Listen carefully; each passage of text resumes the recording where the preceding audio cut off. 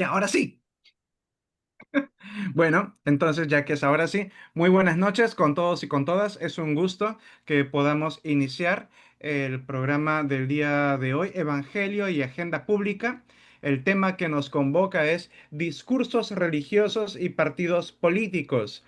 El espacio de Evangelio y Agenda Pública es un espacio de discusión, un espacio de encuentro que tiene como propósito poder por medio del aparato crítico, por medio del espíritu crítico, acercarnos a la realidad política desde las herramientas que tenemos como personas de fe, desde el Evangelio, también desde la academia y desde la piedad también. Queremos presentar bueno, lo presentaré en su momento a nuestro invitado, el pastor Alejandro Rivas. Él es teólogo, es abogado, es amigo, ha escrito sobre el tema del día de hoy que nos compete, discursos religiosos y partidos políticos. Antes de empezar, debo agradecer, por supuesto, a los organizadores, al Seminario Bíblico y Pastoral Tarpui, que promociona este espacio junto con la Iglesia Luterana Cristo Rey, eh, la ONG Diaconía y Sarah McDougall, quienes estas cuatro organizaciones facilitan que podamos reunirnos cada lunes a las 7:30 para poder dialogar sobre los temas relativos a la política en el Perú, de momento de cara a las elecciones nacionales, pero continuaremos con los temas de interés nacional y en este caso en particular, un análisis crítico de discursos religiosos en el proceso electoral peruano y contexto geopolítico global. De modo que los parámetros están bastante claros. Quiero empezar invitando al pastor Armando Capcha, que nos pueda compartir una disertación, ya que como gente de fe partimos de la reflexión bíblica para que la palabra de Dios ilumine nuestro caminar o por lo menos nos desoscurezca un poco. Pastor. Buenas noches con todos y con todas. Es bonito volvernos a reunir cada lunes para hablar de iglesia y nuestra realidad política del Perú. Y qué bueno poder tocar un texto bíblico que para nosotros muchas veces es polémico, ¿no? Y quiero citar el texto de Romanos 13:1. Dice, sométanse toda persona a las autoridades superiores, porque no hay autoridad que no provenga de Dios y las que hay por Dios han sido constituidas.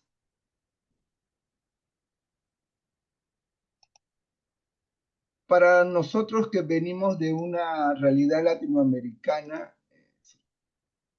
es un poco difícil poder leer en la clave liberadora o desde el aspecto latinoamericano este texto bíblico, ¿no? Porque Pablo está pidiendo que nos sometamos a las autoridades que están presentes en el día de hoy. Está pidiendo que la iglesia se someta a las autoridades. Sabemos que muchos de los martirios y muertes de los apóstoles y de muchos cristianos fueron bajo el poder del Imperio Romano, ¿no? Él mismo murió por el poder romano, ¿no? Pero pareciera que el texto bíblico, el texto de Romanos 13, pide que seamos obedientes a la autoridad que está establecida, ¿no? Y quisiera utilizar herramientas no bíblicas, sino extra bíblicas para poder abordar este texto bíblico. El capítulo 12 habla de la vida cristiana, ¿no? De cómo debe comportarse el cristiano, ¿no? Y el capítulo 13 aparentemente habla de que uno tiene que someterse a las autoridades, ¿no? Em, Orígenes en el siglo primero más o menos hablaba sobre ese texto y decía que nosotros tenemos dos naturalezas, ¿no? Una naturaleza espiritual y una naturaleza humana, ¿no? Nuestra naturaleza espiritual dice que somos personas libres porque somos guiados por el Espíritu. Pero nuestra naturaleza humana dice que tenemos que obedecer, ¿cómo se llama? A nuestra autoridad política, ¿no? O nuestra autoridad establecida. Y conforme sigue avanzando la teología, yo me acerco más a lo que entendí y aprendí desde la perspectiva luterana, ¿no? Nosotros siempre hablamos desde la teología luterana, desde la perspectiva de los dos reinos, es decir, el reino político y el reino celestial, ¿no? El reino de Dios, ¿no? O la ley humana y la ley divina, ¿no? Para nosotros los luteranos es un poco complicado ahora en este siglo XXI hablar de este tema, ¿no? Era mucho más fácil hablarlo a partir de la propuesta de Lutero, ¿no? Pero eso se quebró porque tuvimos la experiencia del Tercer Reich y la iglesia luterana obedecía al régimen de violencia y de muerte, ¿no? Y ahí comenzamos a preguntarnos si era necesario, ¿cómo se llama?, ser obedientes al orden político, si era correcto hacerlo. Hemos tenido experiencia, creo yo, de Dietrich Bonhoeffer, que muere por el poder político, ¿no? Por oponerse a este régimen opresor, a este régimen de muerte, a este régimen genocida, es decir. Y a nosotros nos golpeó como iglesia, ¿no? Pero podemos ver también en el texto bíblico, creo yo, es decir, que el texto nos habla de una realidad, de una vivencia más eclesiástica, comunitaria. Es decir, lo que Pablo está pretendiendo decir en el texto bíblico es que pagan impuestos, que se sometan a sus autoridades inmediatas. Es decir, siempre va a haber una autoridad por delante de nosotros. Pero eso se contrasta con el texto de Hechos 5.2, 5.29, que dice, hay que obedecer a Dios más que a los hombres. Entonces nosotros como cristianos, es decir, tenemos que tener la sabiduría correcta para tomar buenas decisiones con respecto a nuestros líderes políticos. No hay que obedecer simplemente a las personas que están dirigiendo nuestro país, es decir, porque nos proponen, hacen propuestas, ¿cómo se llama?, interesantes, novedosas, bonitas, es decir, que quieren cautivarnos, pero creo que en ese aspecto tenemos que tener la sabiduría suficiente y necesaria para ver dónde poner nuestro apoyo, nuestro voto, es decir, para ver el futuro de nuestro país, ¿no? Vemos que en nuestro país hay mucha corrupción, hay mucha muerte, hay mucha violencia, es decir, y el texto nos complica, es decir, porque no podemos estar tranquilos ante una realidad que vive Latinoamérica y especialmente nuestro país, ¿no? Que hemos visto muchos discursos que tienen el ropaje de cristianos, pero en su actuar no son cristianos porque proceden de engaño, de mentira, de sometimiento a otras personas. Y lo hemos visto en líderes cristianos, tanto católicos como evangélicos, que han vulnerado los derechos, que han maltratado a personas, que han maltratado empleados, que han mentido en sus acciones, ¿no? Este texto nos provoca a acercarnos a Dios de una manera en la que podamos tener la sabiduría necesaria para encontrar su guía, pero con una actitud crítica, con una actitud, ¿cómo se llama? Que evaluemos todo con respecto a nuestro proceder, ¿no? El texto de Romanos 13 es un texto polémico porque muchos de los investigadores bíblicos, y en eso estaré de acuerdo, Samuel, porque somos de la misma cantera, ese texto algunos lo consideran como un texto agregado, ¿no? No paulino, ¿no? Pero no quiero acusar de esas herramientas bíblicas o exegéticas porque no tienen razón de ser, ¿no? El texto solamente nos habla creo yo, de una realidad que vive una comunidad que tiene que relacionarse en el entorno en el que vive, pero de una forma correcta, en medio de una comunidad solidaria, buscando el bien común, el amor común entre todos. En tanto en tanto esta gobernanza ¿cómo se llama? Este régimen que gobierna en las comunidades de Roma, es decir, estén de acuerdo a los intereses y principios del Evangelio de Dios, ¿no? Yo creo que si ninguna de las cosas que nosotros proponemos o hacemos están dentro del espíritu cristiano, no están correctos. Es decir, si no están del lado de la buena nueva y de la buena noticia, del amor, de la justicia y de la paz, tenemos que levantar nuestra voz de protesta, porque eso está en contra de la voluntad divina, ¿no? Eso no quiere decir que, como dice el texto, hay que pagar impuestos, hay que tener orden en nuestra vida diaria, es decir, hay que vivir de forma ordenada como pueblo, ¿no? Yo creo que el texto de Romanos nos llama la atención, pero también por detrás nos está diciendo que tengamos cuidado con respecto a lo que nosotros entendemos por autoridades en nuestro entorno, ¿no? Yo me quedo con esto y digo, decir, que nuestra decisión como iglesia tiene que pasar siempre y ser evaluado por la acción liberadora de Jesús, por el mensaje cristiano en la iglesia, que es, volvemos al texto de los lunes pasados, ¿no?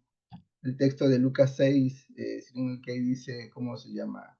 Que Jesús ha venido a recuperar aquello que estaba perdido, ¿no? Perdido en el sentido que no estaba puesta la visión en ellos, ¿no?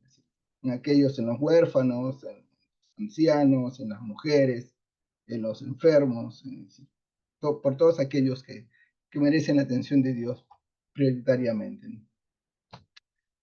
Creo que, espero que haya ayudado un poco mi acercamiento al texto de Romanos 13:1 y pueda permitir hablar de una realidad, de una necesidad de una cristiandad que busca líderes, ¿cómo se llama? Comprometidos y que tengan siempre el cuidado y tengan siempre, ¿cómo se llama? ¿Cómo decirlo? Tengan siempre por delante y por detrás, al lado, a izquierda y derecha, eh, que Dios está presente en medio de ellos para que los guíen. Muchas gracias, pastor. Me parece que la palabra clave es actitud crítica, porque si con una mano tenemos Romanos 13, sométanse a las autoridades, y en la otra mano tenemos a Hechos 5, 29, hay que obedecer a Dios antes que a los hombres. Sin una actitud crítica, o tienes a rebeldes sin causa o a ovejitas obedientes sin criterio. Así que me parece muy bien tener líderes comprometidos con actitud crítica. No sé si alguna quisiera comentar algo de la reflexión del pastor.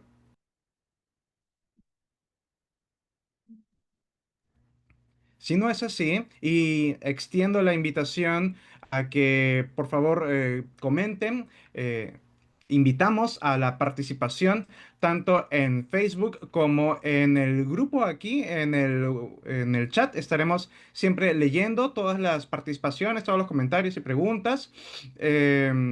Sin más dilación, quiero presentar entonces a nuestro invitado del día de hoy, ya que Alejandro Rivas Alba es abogado por la Pontificia Universidad Católica del Perú, magíster en filosofía por la Universidad Antonio Ruiz de Montoya, magíster también en derechos humanos por el Washington College of Law de la American University.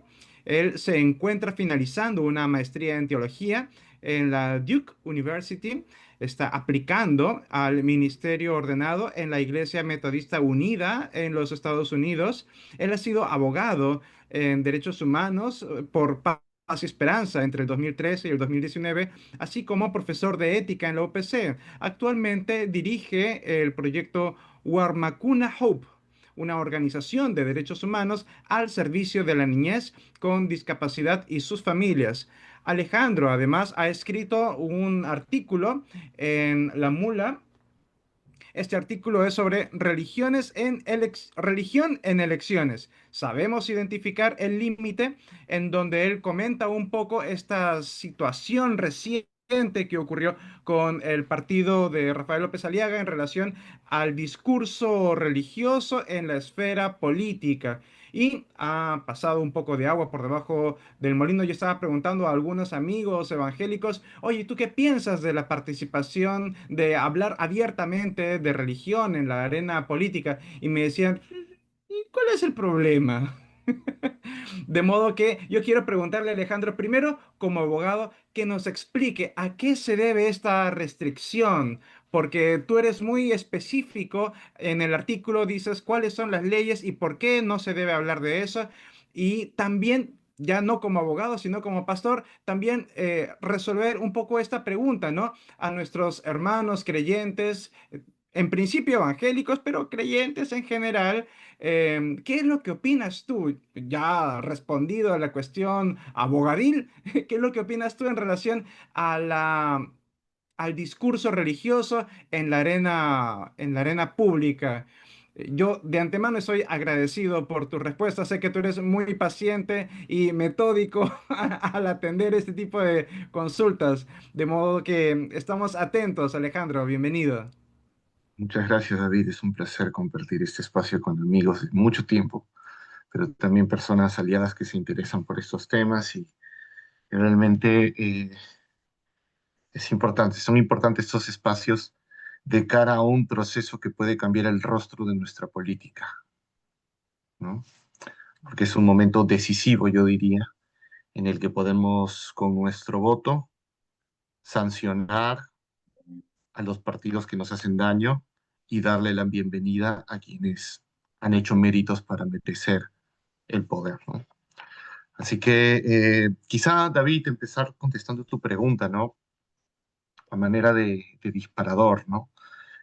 Porque, eh, claro, lo que ocurrió hace poco fue que el congresista Alejandro Muñante, un congresista evangélico de Renovación Popular, sacó un proyecto de ley para eliminar una restricción que existe en la Ley Orgánica de Elecciones que dice que los candidatos políticos, ojo, en campaña, solo durante la campaña, lo pueden hacer en el resto del año, ¿sí?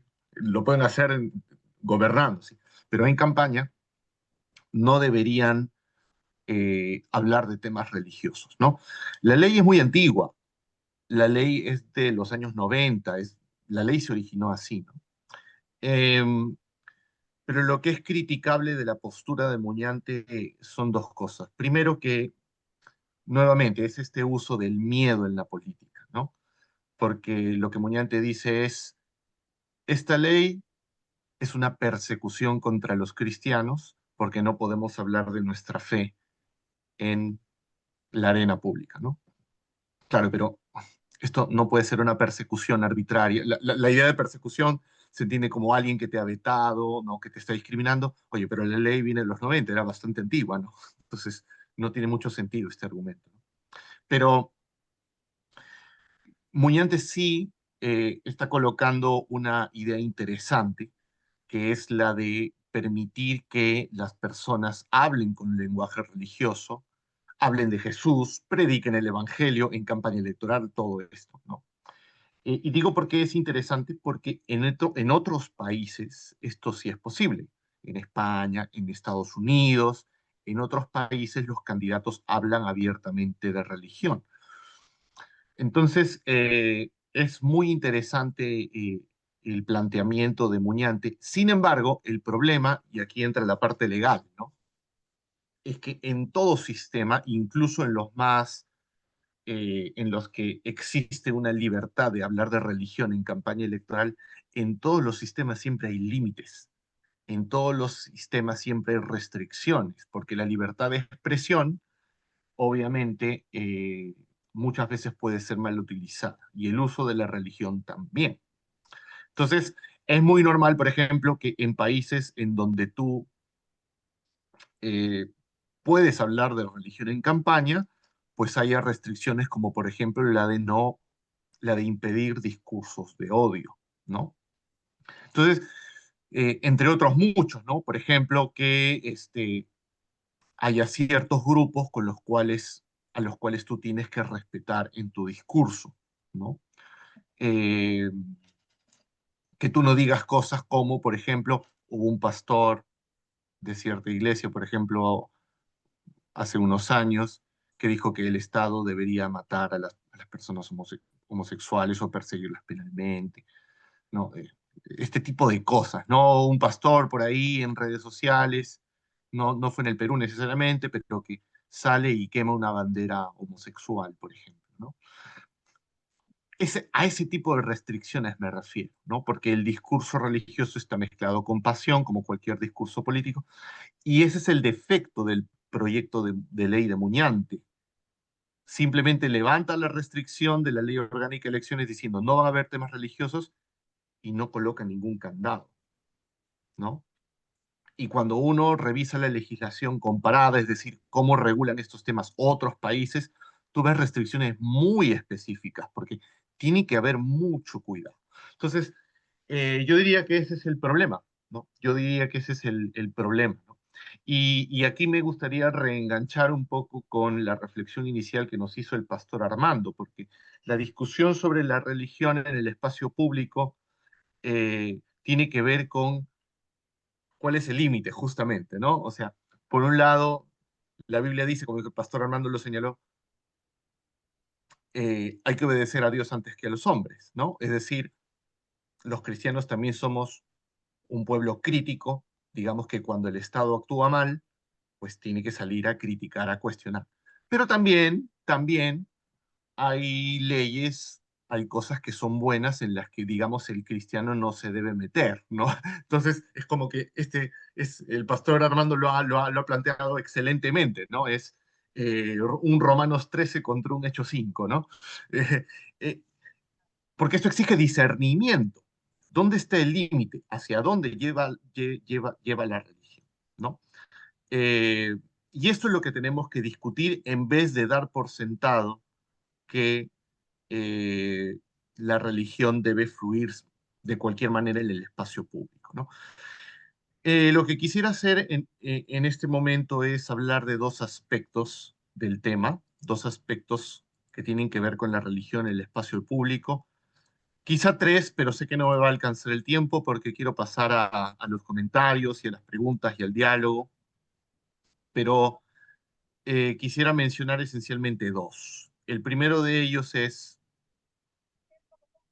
eh, por qué personas como nosotros que estamos conversando sobre este tema tenemos un sentido de malestar sobre cómo el conservadurismo religioso digamos, que está funcionando hoy en el Perú, está generando perjuicios. Entonces me gustaría hablar de cuáles son estas inconsistencias y perjuicios de la manera en que los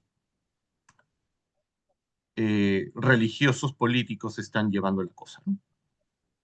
Y en segundo lugar, me gustaría de, eh, hablar de las características de este conservadurismo religioso, porque es importante comprender por qué es tan popular. Esto es importante entender, por qué es tan popular. Me gustaría conversar un tercer punto sobre cómo podemos también contrarrestar, cómo podemos generar un contradiscurso, cómo podemos eh, generar un discurso religioso cristiano, que creo que sí es posible, pero que sea constructivo y no destructivo para la sociedad, pero eso lo podemos ver después. Pero podemos empezar con Definitivamente, las... Sí, hay tiempo, hay tiempo. Si no terminamos ahora, continuaremos más adelante, no te preocupes. muy bien. Quisiera entonces empezar con las inconsistencias, ¿no? Cuando hablamos digamos, de religión en política, estamos hablando voy a centrarme quizás más en, en, en, en en las facciones evangélicas dentro de la política, protestantes dentro de la política, más que en las católicas. Pero acá hay una definición importante que creo que la hace Pérez Guadalupe en una publicación ahí en el 2017. Hay que distinguir entre evangélicos políticos y políticos evangélicos, ¿no? O sea, evangélicos políticos, estamos hablando de políticos que reivindican una identidad creyente, y esta identidad creyente es la que orienta su actuar político, ¿no? O sea, su identidad cristiana es prioritaria. Y en base a esa identidad cristiana es que derivan, digamos, su vocación política. Eso es muy distinto de los políticos evangélicos. A mí no me cabe duda de que debe haber políticos que son evangélicos, pero no necesariamente estos políticos están muy interesados en resaltar su identidad religiosa, ¿no? Entonces, cuando estamos hablando de religión en el espacio público, estoy hablando de los evangélicos políticos, es decir, los que explícitamente derivan su agenda política, su discurso político de la religión, ¿no?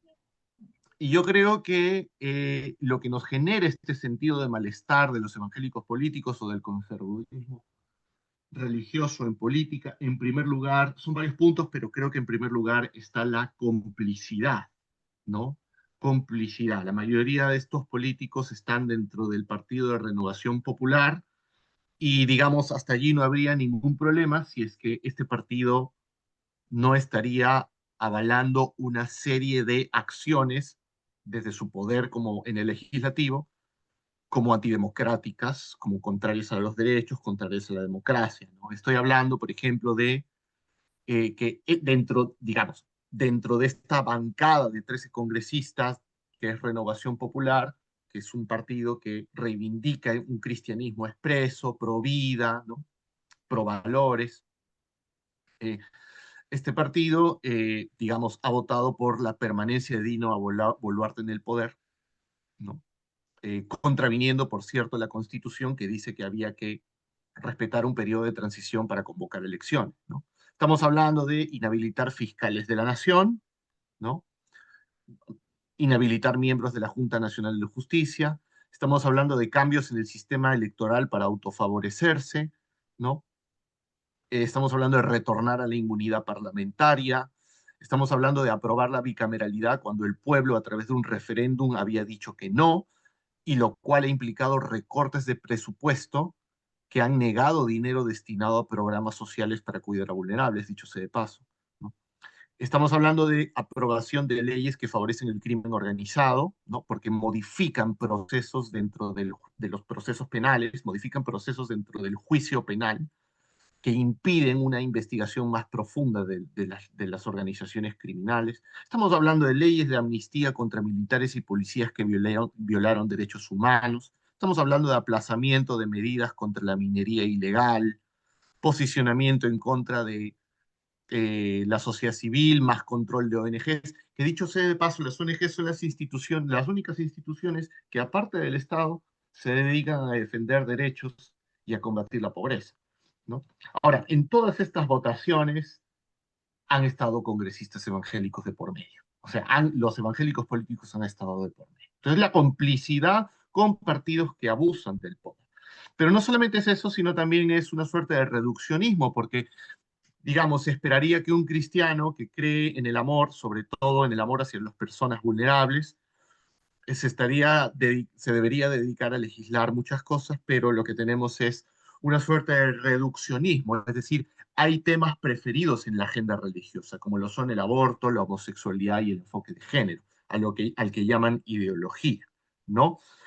Eh, y como digo, eh, entonces el tema no, y aparte de eso, el problema no es solo es el reduccionismo, o sea, la política es más que eso, evidentemente, sobre todo cuando estamos hablando de seguridad ciudadana, reforma de educación, reforma de la policía, superar la pobreza, pero el problema no es que sea solo esto, sino que um, hay ciertas actitudes en torno a estos temas que parecen contradecir el amor cristiano, como por ejemplo solo voy a tocar un tema, pero que es el tema del aborto, ¿no? Eh, que no parece haber un equilibrio en respetar las dos vidas, tanto de la madre como por el niño. Hay una obsesión con la vida del niño, la cual por supuesto es importante, ¿no? Pero hay una estigmatización de las mujeres llamándolas asesinas, no importa incluso si son menores de edad o son violadas, ¿no? Pero incluso se llega al punto de decir que no debe haber aborto terapéutico, lo que implica que la vida del feto debe valer más que la vida de la madre cuando se tiene que escoger entre las dos vidas. Entonces esto no parece ni realista, ni humano, ni conforme al amor cristiano. Hay también desinformación, podríamos decir, antiintelectualismo de cierto tipo, porque aquí esto es bien curioso y paradójico, ¿no? Mucho del discurso religioso hoy en día reivindica la ciencia de su lado, pero muchas de las posturas, por ejemplo, con relación a la homosexualidad o transexualidad, en realidad son en muchos casos anticientíficas. Porque cuando el conservadurismo religioso habla de la ideología de género o habla contra la homosexualidad y contra la transexualidad, lo que está diciendo, esta es, digamos, su postura oficial, la sabemos por lo que aparece en todos lados, lo que están diciendo es hacernos creer que el enfoque de género puede enseñar a las personas a hacerse homosexuales y transexuales y que enseña que las personas pueden ser lo que sea, cuando sea, como les dé la gana, ¿no? A la sola voluntad. Y esto es algo bastante anticientífico, porque según la ciencia, nadie puede elegir su propia orientación sexual. Nadie puede elegir con qué sexo autopercibirse. O sea, que una persona tenga una orientación sexual homosexual, es decir, que sienta atracción por personas de su mismo sexo, no es algo que elige. No, y en el caso de la transexualidad, en el caso del sexo autopercibido, tampoco, ¿no? O sea, los estudios científicos incluso nos indican que estos elementos de la identidad sexual aparecen incluso antes de que se forme el lenguaje. Entonces, hay mucha desinformación aquí. También hay que notar el tema de la agresividad, muy difícil de conciliar, como lo dije, con la moral del amor, ¿no? Eh, y más aún, siendo el cristianismo una religión de la paz, una religión del amor, existe este discurso bastante posicionado relacionado con la batalla cultural, ¿no? Es decir, tratar de dividir la política, tratar de dividir la sociedad entre izquierdistas y derechistas, ¿no? Algo que religiosamente, digamos, el discurso religioso se ha reconvertido en creyentes contra aquellos que creen en una cultura inmoral que no tiene nada de bueno, nada que aportar, ¿no?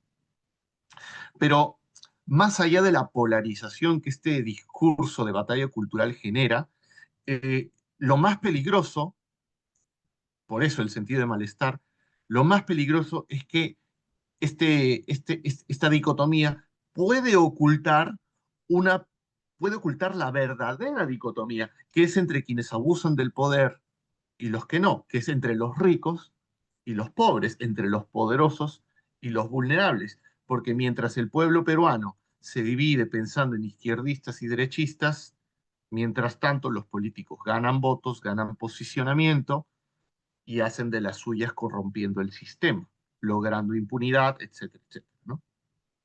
Entonces, eh, y claro, el gran riesgo, y esto lo digo apelando ya a la geopolítica, ¿no? Que es parte del título del tema que nos convoca hoy también, ¿no? Es decir, hoy en día, digamos, si comparamos el discurso del conservadurismo religioso en Perú con el de otros países, como es el de Estados Unidos, digamos, eh, en el del Perú, podríamos decir, en el Perú este discurso es más inocuo, pero mirando cómo va la derecha cristiana en el país del norte, podemos decir que puede ampliarse a otros temas. Es decir, hoy en día, cuando hablamos del conservadurismo religioso en el Perú, pues pensamos en aborto, homosexualidad, enfoque de género y nada más. Pero mañana pueden ser más temas, como lo es en el país del norte. Mañana, ser hostil contra un migrante te puede caracterizar como ser un buen cristiano.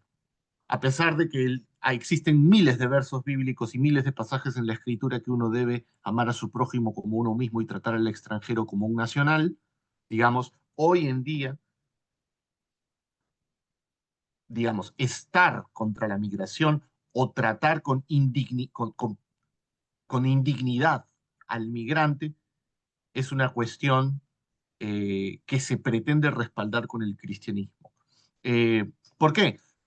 Porque bajo su lógica, la diversidad de otras culturas socava los valores cristianos y es una amenaza para el cristianismo que puede desaparecer. Entonces, muy interesante cómo estos discursos conservadores que hoy en día parecen limitarse a ciertos temas, se pueden empezar a ampliar a muchos otros. Migración, cambio climático, eh, y muchos temas que pueden veto de los sindicatos, recortes de presupuestos a ONGs por temas de discriminación racial, incluso discapacidad, como suele ocurrir aquí. Entonces, este es el peligro, este es el malestar. Yo quisiera terminar quizás eh, haciendo una reflexión sobre por qué este discurso termina siendo tan popular. ¿Por qué es lo que lo caracteriza? Y me parece que esto es muy importante para, para poder empezar a cambiar las cosas, ¿no? Yo creo que lo primero, yo me gustaría mencionar aquí dos cosas clave, y la primera de ellas es que se trata, el conservadurismo religioso, hay que entenderlo como un discurso identitario. Es decir, el conservadurismo religioso realmente representa a quienes votan por él. Y yo creo que la cuestión identitaria es clave porque esto significa que hay un conjunto de características, tanto individuales, comunitarias e institucionales, propiamente evangélicas o católicas también, que son proyectadas hacia el ámbito público, ¿no? Una de ellas, por ejemplo, es la lectura literalista. En teología sería más preciso decir inerrantista, ¿no? La lectura de la inerrantista de las escrituras, que se refleja en posturas políticas que rechazan los derechos de las personas LGTBI o que niegan políticas de acción afirmativa en favor de las mujeres, ¿no? No sé, posturas también como la pena de muerte, por ejemplo, que han sido públicamente afirmadas por Alejandro Muñante para salirse de la Corte Interamericana de Derechos Humanos, algo que hizo Humberto Ley en el pasado también, pueden tener cierto respaldo bíblico en textos como Romanos 13, que dicen que el magistrado lleva la espada, por ejemplo, ¿no? A pesar de que violan derechos humanos. Pero no es que solo se proyecten los dogmas o creencias religiosas en lo político. Digamos que también lo que se proyecta sobre la política son imaginarios sociales evangélicos. Por ejemplo, en muchas iglesias hay una visión de la sociedad y del mundo que se interpreta, que es propio y exclusivo de las comunidades evangélicas, que se interpreta bajo una visión apocalíptica, una visión en la que la maldad se ha acrecentado, en el que el relativismo moral amenaza con destruir el cristianismo, en el que el mundo se divide en buenos o malos, en el que prima una antropología bastante negativa de los que no son creyentes. Y en escenarios así, uno prefiere confiar en el pastor o en el hermano que comparte tu misma visión del mundo, que entra a la política, ¿no? Y sin que interesen mucho los argumentos contrarios, ¿no? Entonces, además de eso, también parte de identidad, de la identidad es proyectar hacia lo público una cultura eclesiástica vertical y autoritaria, ¿no? O sea, los liderazgos que abundan en muchas iglesias, hay que decirlo, muchas veces no son democráticos. No es casualidad, por ello mismo, que sean pastores los que terminen siendo candidatos. En comunidades cerradas a las nuevas ideas o interpretaciones, el diálogo con otras perspectivas es nulo y lo es más si el pastor tiene la última palabra. Entonces, si reconocemos la validez de tesis como, por ejemplo, la doctora Lecaros, de que las iglesias evangélicas y pentecostales son espacios de reconfiguración de la identidad, en donde tiene lugar el reconocimiento de identidades marginadas a través de la pertenencia a una iglesia, nos daremos cuenta de que el apoyo popular al conservadurismo es en muchos casos una cuestión de pertenencia, ¿no? Yo voto por él porque piensa como yo, porque es de mi misma comunidad, porque tiene mi misma visión del mundo, porque comparto los mismos estilos de liderazgo en los que he sido formado, las mismas visiones del mundo. Entonces, entender que esto es una cuestión identitaria eh, es importante porque porque, digamos, eh, lo, este tipo de hacer política va va a ser impenetrable eh, a los argumentos o a las posturas o al diálogo, ¿no? Porque las creencias esenciales, porque se trata de creencias esenciales que han formado, que han dado forma a las personas durante años. Termino con esto, que es la segunda característica del conservadurismo religioso, que es su incompatibilidad con la democracia. Aquí es donde entra la verdadera tensión. No solo es una cuestión identitaria, sino que es una cuestión eh, que tiene que ver con el hecho de que la democracia en lo político tiene unas reglas de juego, pero muchas veces los creyentes no conocen esas reglas de juego o, o simplemente no les interesan, ¿no? O simplemente no entienden por qué son importantes. Entonces, es decir, muchas veces se desdibujan las líneas que se supone deberían existir entre religión y política, ¿no? Eh, una reflexión muy parecida a la del pastor Armando es esta, ¿no? Cuando Jesús dijo al César lo que es del César y a Dios lo que es de Dios, con esto Jesús no estaba queriendo decir que la religión no tiene nada que ver con la política, ¿no? Jesús en realidad nunca precisa qué pertenece a César y qué pertenece a Dios. Algo debe ser de Dios y algo debe ser del César, ¿no? Pero Jesús nunca lo precisa, ¿no? Así que bien podríamos entender esta frase de Jesús como una cuestión abierta que la iglesia en cada periodo de la historia debe interpretar según su contexto. Aquí está el discernimiento. ¿Cuándo criticamos al Estado y cuándo no? ¿Cuándo entramos a política? ¿Cuándo no? ¿Qué batallas debemos luchar los cristianos y cuándo no? Esto es clave y me parece que el pueblo cristiano en muchas de las iglesias que soportan a los candidatos evangélicos no lo tiene claro. Y aquí es donde tiene que entrar cierta pedagogía ciudadana, ¿no? Entonces el problema con el conservadurismo religioso en concreto es que entra en tensión con muchos elementos de la democracia. La democracia es meritocracia, no poner en el puesto a quien piensa como tú, por más que sea hermano o hermana. La democracia es respeto por los derechos humanos, no decir que estos son parte del marxismo cultural, ¿no? O que son cuestiones de izquierda. Son mínimos éticos, mínimos que si tú los quebrantas en una sociedad te vas a autodestruir, ¿no? La democracia es respetar las voces de las minorías, en vez de decir que nuestra nación es cristiana y que la mayoría son cristianos y por lo tanto deben haber leyes cristianas, ¿no? La democracia es hallar consensos, pero ¿qué consenso puede haber en una mentalidad que cree que tiene la verdad, por ejemplo, ¿no? Entonces, hay definitivamente una tensión. Podríamos pasar horas hablando de específicamente de en qué radican estas tensiones, pero a mí me gustaría mencionar esencialmente una, que es el manejo del pluralismo, de la pluralidad, ¿no? En toda democracia hay una ética de mínimos, es decir, valores compartidos cuya función es permitir la convivencia, ¿no?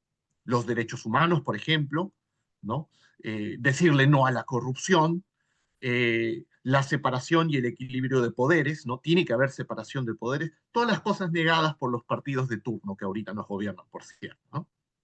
Pero digamos, son mínimos éticos porque permiten la convivencia, son cosas en las que todos debemos estar de acuerdo. Esa es ética pública. En esos casos los cristianos tenemos que entrar si se niega esa ética pública. Yo creo que esa es la diferencia, ¿no? O sea, un discurso cristiano coherente con la democracia, constructivo, que piense en el bien común, es un cristianismo que defiende estos mínimos éticos, ¿no? Eh, matar a alguien, discriminar a alguien, eso es un mínimo ético. Que las instituciones se vuelvan corruptas, sin eso no podemos convivir como sociedad. Esos son mínimos éticos y el cristianismo debe entrar allí. Pero en una democracia también hay otro tipo de valores, esto es importante, que podríamos llamar son valores exclusivos, valores máximos, valores, digamos, que la propia persona, que cada persona debe determinar por sí misma para su propia felicidad y realización. Son valores que conciernen al ámbito personal. El cristianismo no debe entrar allí. Esto es importante, ¿no? El cristianismo no debe entrar allí. De hecho, la sexualidad es una de esas cosas. Las leyes no pueden entrar a juzgar la sexualidad de nadie, porque eso es ir contra la libertad, eso sería una imposición, ¿no? Ahora, ¿cuál es el tema? Es precisamente que el conservadurismo religioso y muchos creyentes en día que votan, que son también ciudadanos, por supuesto, no distinguen la línea entre ambas, no distinguen entre valores mínimos y valores máximos, entre valores para la convivencia y valores para la felicidad. Esta diferencia a mí me parece clara, porque esto es parte de las inconsistencias del conservadurismo. Los conservadores, digamos, para un conservador, para un cristiano, digamos, tener relaciones sexuales antes del matrimonio, por ejemplo, es pecado. Pero nadie se le ocurriría hacer una marcha para que las personas, digamos, dejen de tener relaciones antes del matrimonio, porque se entiende que pues hay ciudadanos que no son cristianos y no comparten esos valores. Sin embargo, cuando se trata de la homosexualidad, sí se hacen marchas para eso.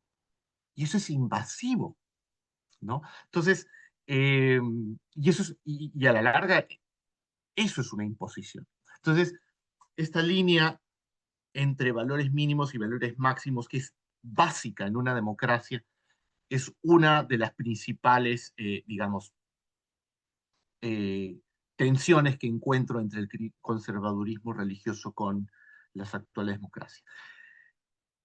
Lo dejo allí porque creo que podríamos conversar sobre cómo generar un contradiscurso o generar un cristianismo que se exprese políticamente de manera articulada con la democracia, eh, que sirva al bien común, ¿no? Creo que eso estaría pendiente en nuestra conversación. Gracias. Muchas gracias, Pastor Alejandro. Efectivamente, características del conservadurismo religioso. Mencionaste la complicidad de algunos partidos, en específico el de Renovación Popular. Mencionaste el reduccionismo al que muchos políticos evangélicos o evangélicos políticos han destinado su agenda partidaria. Y al final planteaste una receta de ética de pluralismos, apuntar hacia mínimos éticos, y esta es la ética o la moral pública desde un enfoque de derechos humanos, de la lucha contra la corrupción. Ahora el espacio está abierto para escuchar a nuestros panelistas. En primer lugar, Antoinette, te rogaría que me ayudes también algunos comentarios de nuestros amigos que nos escriben. Veo en el Facebook de Tarpuy que el hermano Rómulo Quispe está escribiendo bastante. No sé cuál de todos los comentarios leer, he escrito mucho. Muchas gracias, hermano Rómulo. Y ahora quiero dar la pelota a nuestros panelistas. Hola, No sé Ale, quién quiere empezar. nuevamente, Anto. bienvenido Alejandro. Es un gusto, volver a verte. Nos estamos viendo después de muchos meses en tiempo real, se puede decir. Bueno, quiero compartir, primero agradecer, como lo ha dicho David, a las personas que nos están acompañando por el Facebook y que están comentando, que están mandando sus saludos. Víctor Manuel Pescorán Barrantes manda un fuerte abrazo para Samuel, que es uno de nuestros panelistas también, también para Alejandro. Mari Ramírez, buenas noches, dice un saludo muy especial para los invitados. William Eduardo Maiza dice saludos desde el Tablazo, Paita, Perú. Saludos hasta Paita. Berta Lozada dice, todo debe partir de tomar una actitud que discierne entre lo malo y lo correcto. Más que nunca en el país, o sea, más que nunca en este momento, lo mismo dijo Alejandro, necesitamos ser críticos frente a situaciones que obligan a ser obedientes a mandatos que afectan a la sociedad, ¿no? Rómulo dice, pues ningún grupo religioso debe financiar a un partido político, OMPE, o sea, seguramente se está refiriendo a lo que la OMPE estipula para este ejercicio. Nuevamente, Rómulo nos dice, la política supone todas las áreas de la sociedad y el testimonio cristiano tiene tal aspecto de integridad. Sin embargo, la línea teológica pastoral responde a la vida espiritual de la comunidad cristiana de los creyentes bautizados en agua. Por ejemplo, la Santa Cena está disponible para los miembros en plena comunión y de buen testimonio, bautizados. Me parece que su análisis trata el capítulo de los sermones religiosos. La política o gobernanza es un instrumento útil en todos los aspectos administrativos, pero cuando se trata de política partidaria corresponde a la mayordomía cristiana de carácter individual, ¿no? Rómulo está que nos da su opinión y sus aportes. Por otra parte, Alejandro nos ha dado un abanico de situaciones, de posibilidades, y después de esto vamos a salir más preocupados, Alejandro, definitivamente, con una carga más, ¿no? Sin embargo, yo creo que eso es necesario porque en las iglesias se debe discutir, ¿no? Em, yo he escuchado mucho, se ve mucho, y eso se ha reflejado en las urnas, cuando tú decías el voto, la gente vota porque se siente que ese candidato o candidata, ¿no? Es parte de su pertenencia, es un como yo, piensa como yo, siente como yo, ¿no? Eh, Identidad. y eso lo vimos con Castillo. La gente votó por Castillo porque se sentía identificado con un personaje como él, ¿no? Y cuando tú decías, ¿no? El voto de la pertenencia, me hacía recordar eso. Sin embargo, muchos y muchos hermanos y hermanas están como en una nebulosa, ¿no? Buscando a quién seguir y a quién siguen, siguen al pastor. Entonces, ¿cómo discernir cuando un discurso religioso está siendo instrumentalizado para dirigir mi voto? Porque yo estoy segura que muchos van a votar porque en el discurso religioso, en el discurso de los púlpitos, de alguna manera está dirigido ese voto, ¿no? ¿Y qué rol juega la iglesia en la formación de una ciudadanía crítica, que es casi de lo último que has estado hablando? No es necesario comenzar a discutir, a hablar y hacer una contrapropuesta. Pero ¿cómo lo hacemos? En discurso lo entendemos, sabemos que es necesario, pero ¿cómo comenzamos a hacerlo? ¿Cómo damos ese primer paso? ¿No? Esas serían más o menos mis preguntas para ti, Alejandro. Gracias, Antoine. Sí.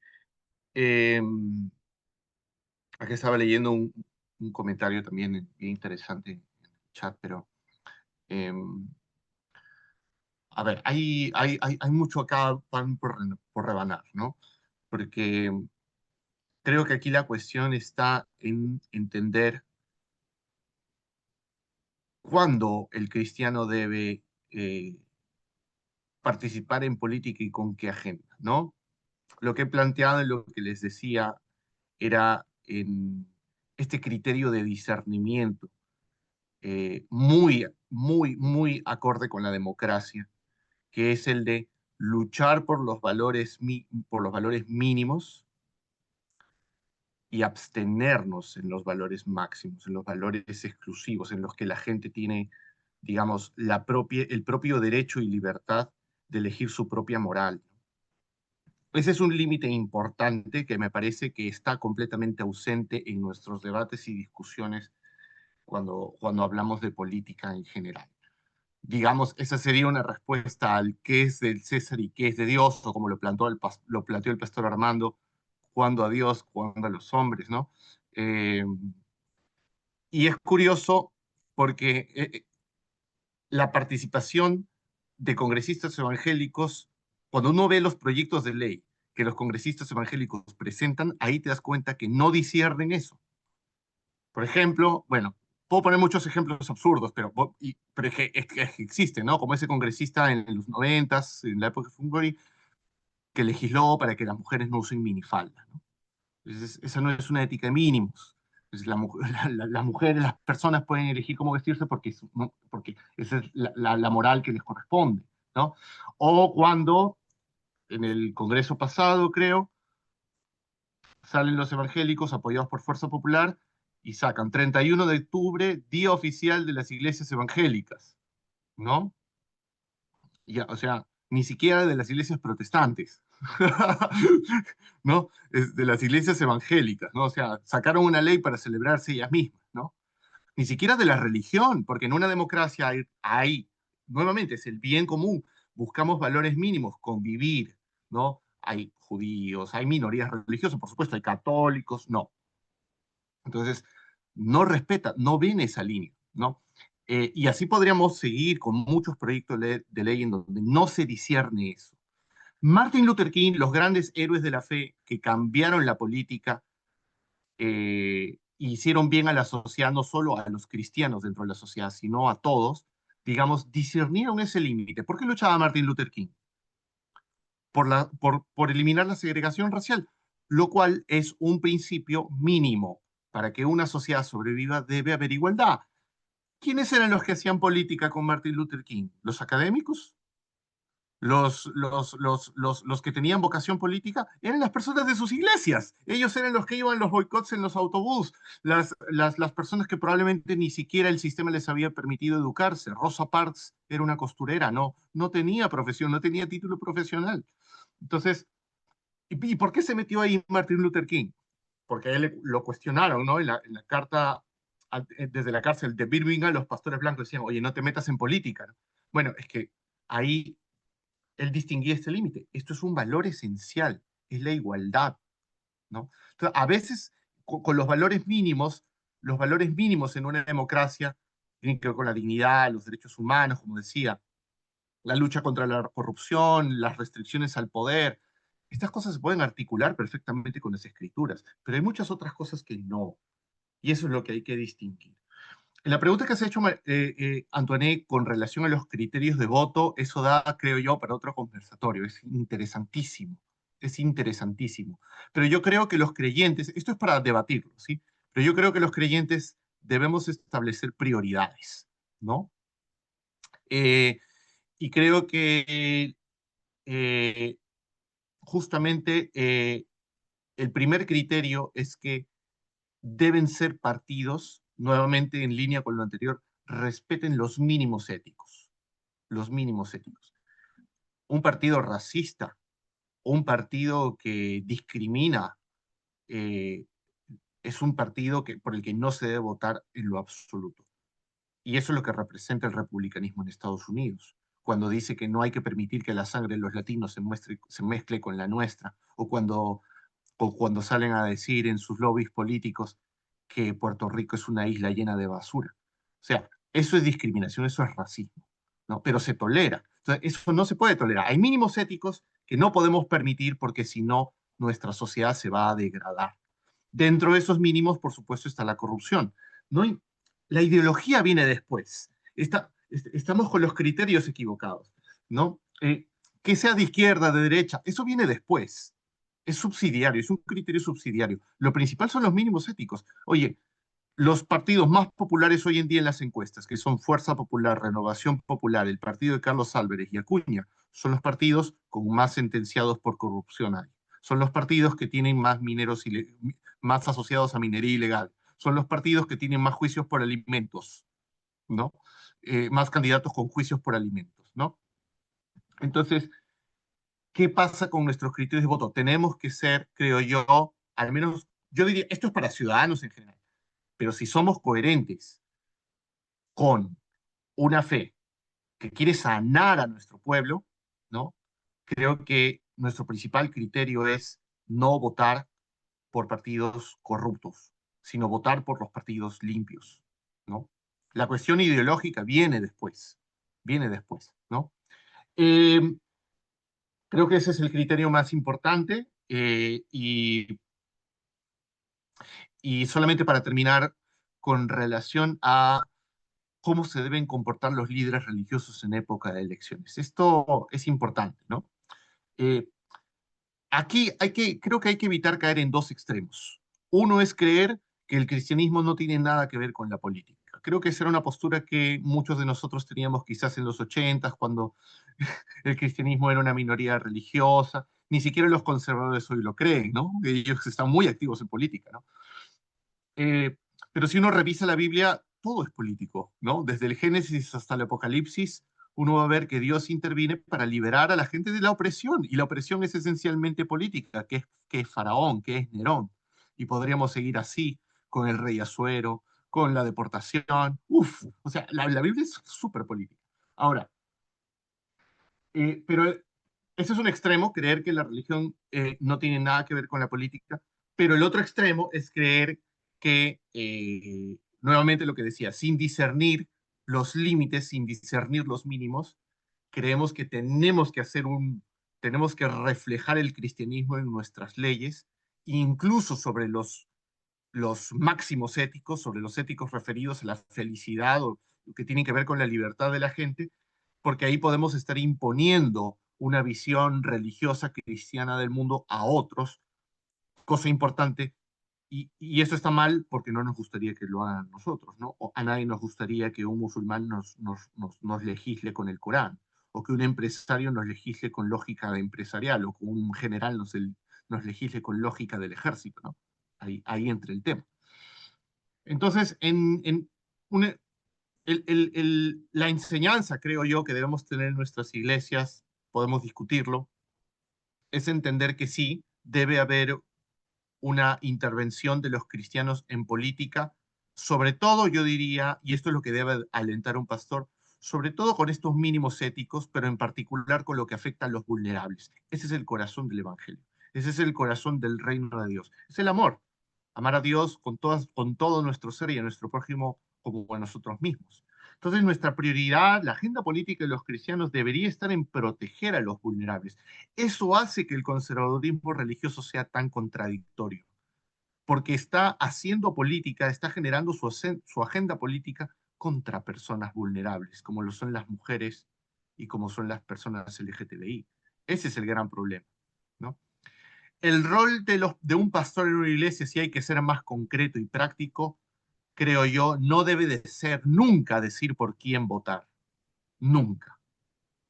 Un pastor debe mantener la neutralidad y debe mantener justamente debe haber una separación entre iglesia y Estado, sobre todo en términos institucionales, ¿no? Toda esta práctica de llevar candidatos religiosos a la iglesia no me parece que ayude, ¿no? No me parece que ayude, porque es incitar el voto. El pastor debe mantener una neutralidad institucional, pero eso no significa que no deba hablar de política en el púlpito. Aquí hay que hilar fino. Yo creo que el pastor debe promover, eh, al menos de manera general, utilizando los valores del Evangelio, debe promover un cristianismo, debe promover que los cristianos, sin decir por quién votar, por lo menos decir por qué valores votar. Eso es muy importante. Y uno de esos valores debe ser la voz profética ante los vulnerables, ¿no? qué partido combate mejor la pobreza?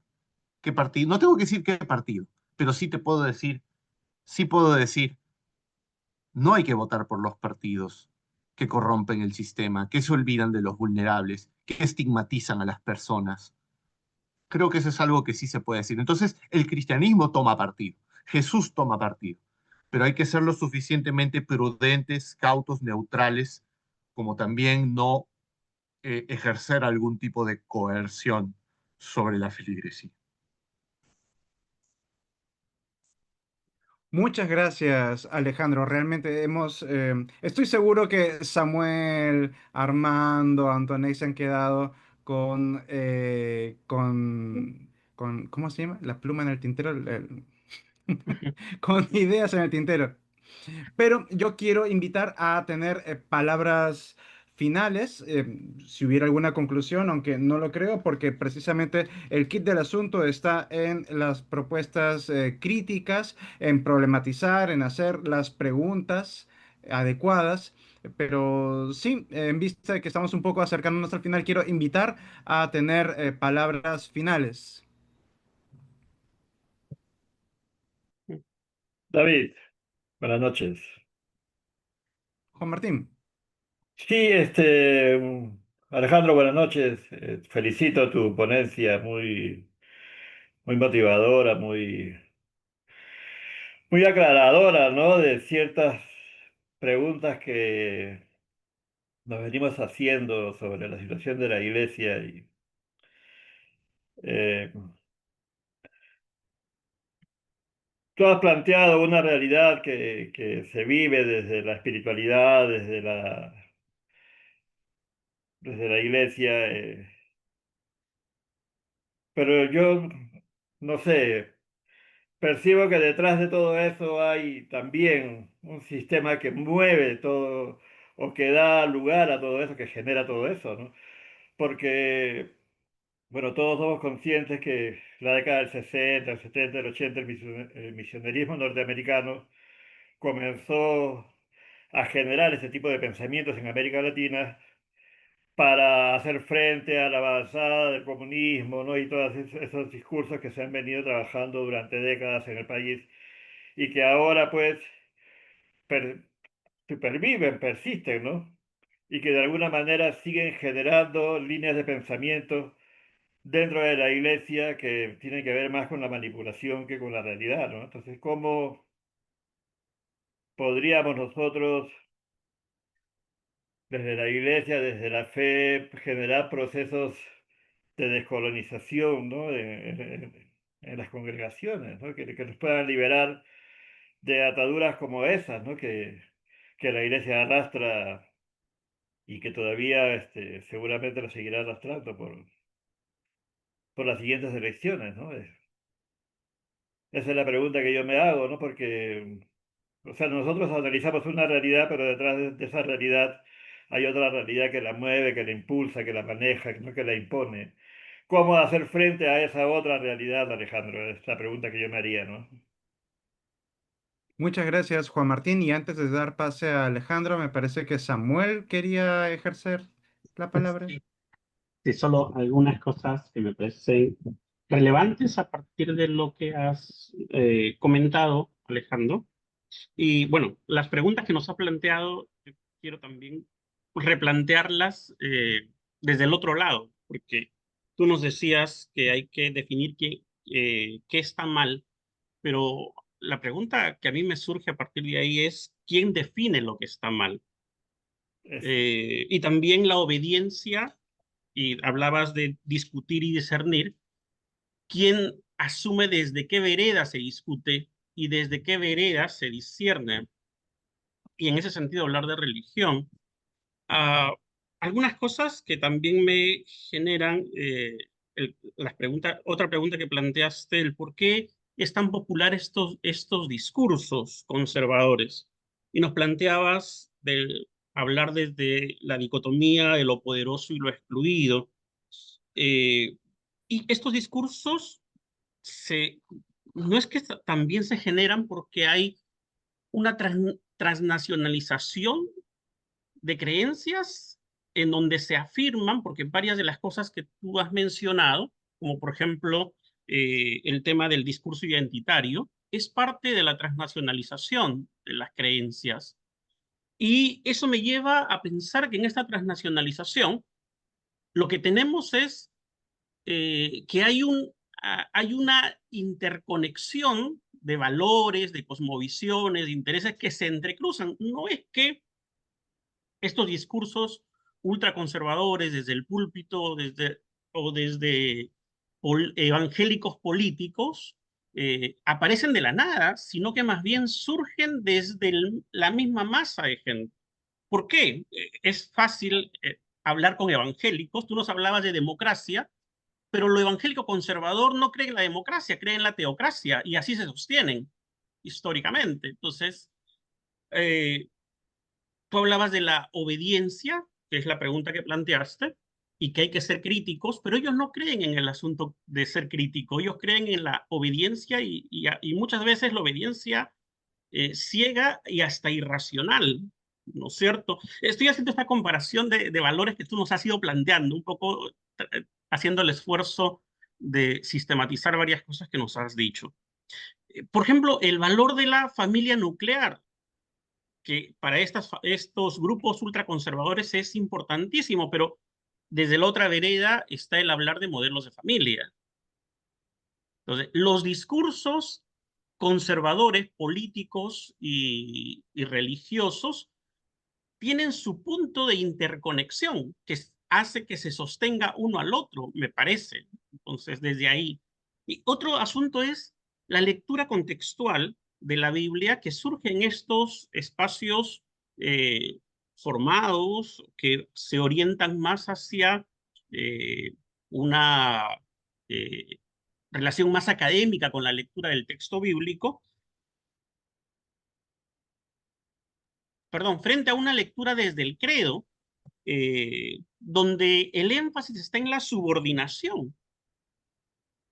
Entonces, esos mínimos que tú nos planteabas, la no discriminación, la no corrupción, habría que ver desde qué vereda también se discute, desde la vereda que nosotros estamos, y ahí me acoplo a lo que mencionabas. Desde luego es irracional no defender derechos humanos, ¿no es cierto? Pero para estos grupos eso es más bien hablar de derechos humanos, es hablar del anticristo, es hablar de la depravación, es dar lugar a toda esta degeneración con la que están luchando en una campaña global contra eh, toda, eh, toda transformación de la cultura o de la modernidad. Y para terminar, con una pregunta también ahí, ¿en qué punto lo evangélico y lo conservador es democrático?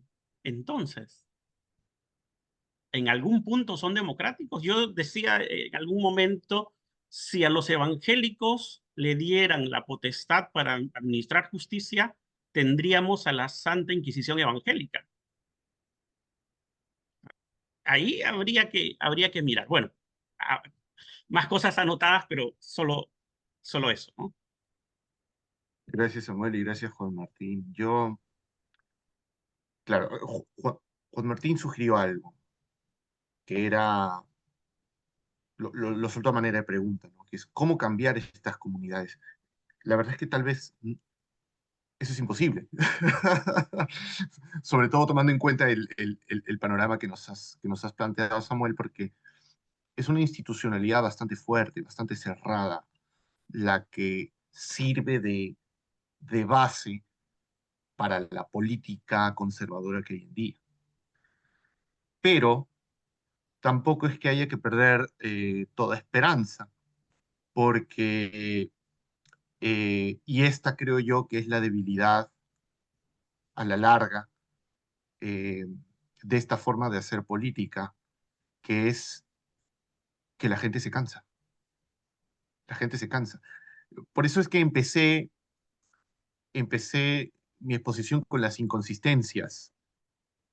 La gente dentro de las iglesias, dentro de este ambiente, congregando incluso iglesias muy activas con el conservadurismo religioso, empieza a percibir las inconsistencias y empieza a cuestionarse y deserta. Tal vez nunca entró en política, pero empieza a darse cuenta que ese tal vez no es el cristianismo que las personas buscan. Te- Quizá sería bueno colocar ejemplos cotidianos, ¿no? Yo una vez un amigo me llamó y me decía, a mí no me gustan los de con mis hijos no te metas. ¿Y por qué? Pero, bueno, yo tampoco creo en el enfoque género. Y también creo que se pueden salvar las dos vidas, ¿no? Él me decía esto. Pero ¿sabes por qué no me gusta? Yo decía, qué raro. ¿Por qué no te gusta? Porque ya no puedo evangelizar. Antes yo invitaba a un amigo a una iglesia y me atracaba, me decía, ya, genial, voy a conocer de Dios, ¿no?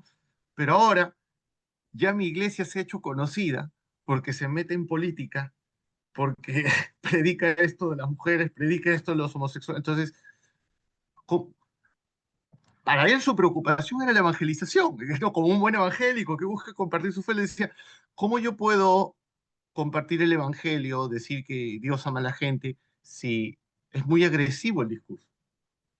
O sea, esa era una preocupación muy puntual en él, ¿no? Pero este es el problema de no tener estadística religiosa en el Perú. Y ahora que lo han quitado del censo, peor, ¿no?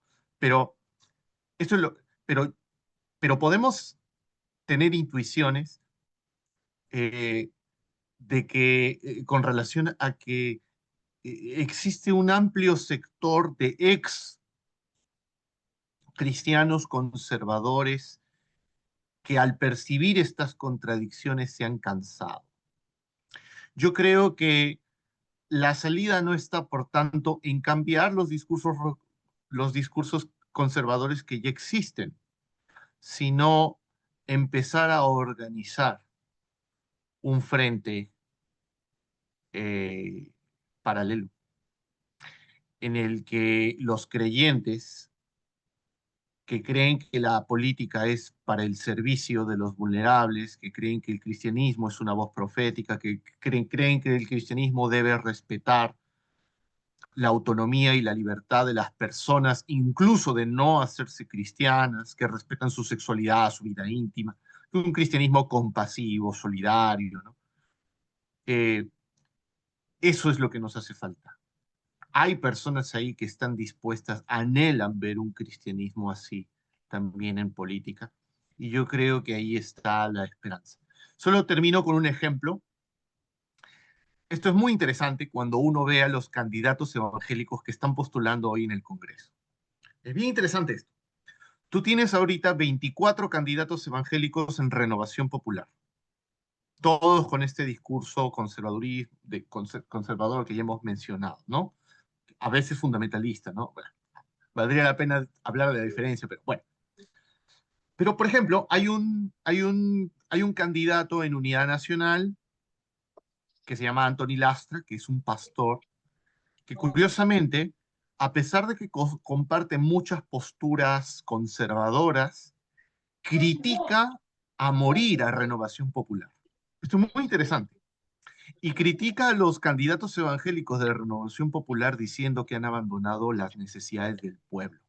Muy interesante, muy interesante. O sea, porque él se ha dado cuenta de este reduccionismo.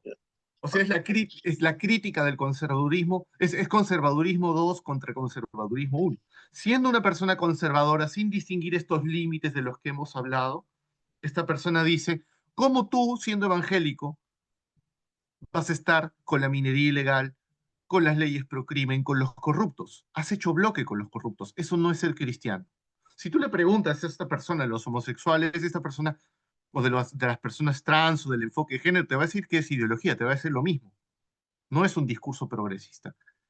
Pero se ha dado cuenta de las inconsistencias, ¿no? Y entonces, y si tú comparas esos dos candidatos, por ejemplo, con el otro candidato, el número 1 del Partido Morado, que es Guillermo Flores, es interesante porque ahora en su entrevista con Juliana Oxenford sale diciendo, Juliana Oxenford le pregunta, ¿y tú qué piensas de Milagro Jauregui? ¿Qué piensas de estos cristianos que hablan así de la mujer, de los homosexuales? Y él dice, esos han pervertido la fe. O sea, tenemos ahí los contradiscursos. Ya empiezan a surgir los contradiscursos. Ya empiezan a surgir los matices, porque la gente se cansa. El pueblo de Dios tiene el espíritu, tiene un discernimiento espiritual y sabe que la batalla cultural no es el camino de la paz.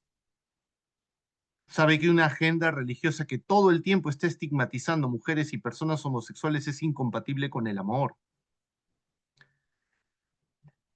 Entonces hay una esperanza allí. La cuestión es organizarnos y tratar de buscar a esas personas que están cansadas, hastiadas, que tienen, por supuesto, una identidad religiosa primaria, ¿no? Ah, y que pueden favorecer un cristianismo diferente, expresando el amor de Dios en lo público. Los que están de acuerdo con el pastor Alejandro, todos los domingos en la iglesia luterana tenemos servicio a las 10 de la mañana. En Ayacucho pueden visitarlo a Juan Martín y en Estados Unidos pueden sumarse a la iglesia metodista. Eh, Siendo que ya estamos a puertas de terminar ya con la hora y media, casi con el tiempo que habíamos previamente establecido, me toca, como dice Samuel, hacer el papel de malo y agradecer en principio a Alejandro Rivas por acompañarnos en esta edición, agradecer por supuesto a Tarpuy, a la Iglesia Luterana Cristo Rey, a Diaconía, a Sarah McDougall, por permitir este espacio en donde podemos dialogar como creyentes desde nuestra fe, desde nuestras convicciones sobre qué está pasando en el escenario político y citar autores académicos, personas con las que estamos de acuerdo, criticar posturas, subrayar decisiones políticas de algunos partidos. Y todo esto desde el respeto, desde la tolerancia, desde la aceptación del diferente, porque esto precisamente se puede hacer en un espacio democrático. Muchas gracias a todos, a todas por participar. Ahora sí, Antoinette, no vamos a poder leer todos los comentarios, pero los dejamos pendientes para la próxima edición porque en realidad son muy buenos. Ha habido una pequeña discusión interna. Muchas gracias por los comentarios también. De verdad que todos son muy bienvenidos. El próximo lunes a las 7:30 vamos a estar transmitiendo. Estamos en vivo desde Facebook y posteriormente van a encontrar este programa publicado en nuestras redes sociales de YouTube. ¿Algo que añadir cortito, cortito, cortito? Creo que no, solamente agradecer a Alejandro por este tiempo y la verdad se han quedado muchas cosas pendientes, Alejandro. Creo que vamos a tener un siguiente encuentro, ¿no? Así es que espera nuestra próxima invitación para seguir discutiendo y debatiendo. Hay cosas que realmente no hemos terminado de discutir acá, ¿no? Y yo creo que tú también te das cuenta que nos ha faltado el tiempo. Agradecer, como dice David, a aquellas personas que nos han estado acompañando por el Facebook y también en esta plataforma, todos los que estamos presentes, que somos 20 personas, entonces agradecer a cada uno su participación, ¿no? Y invitarlos todos los días lunes a las 7:30 por este mismo espacio. Muchas gracias, Alejandro. No Gracias, dejen de Alejandro. congregarse. Gracias por tu tiempo. Que Muchas Dios les gracias. bendiga. Un abrazo, amigos. Dios les Buenas bendiga. noches Que con todos y descansen. todas. Gracias. Gracias, Alejandro. Un abrazo.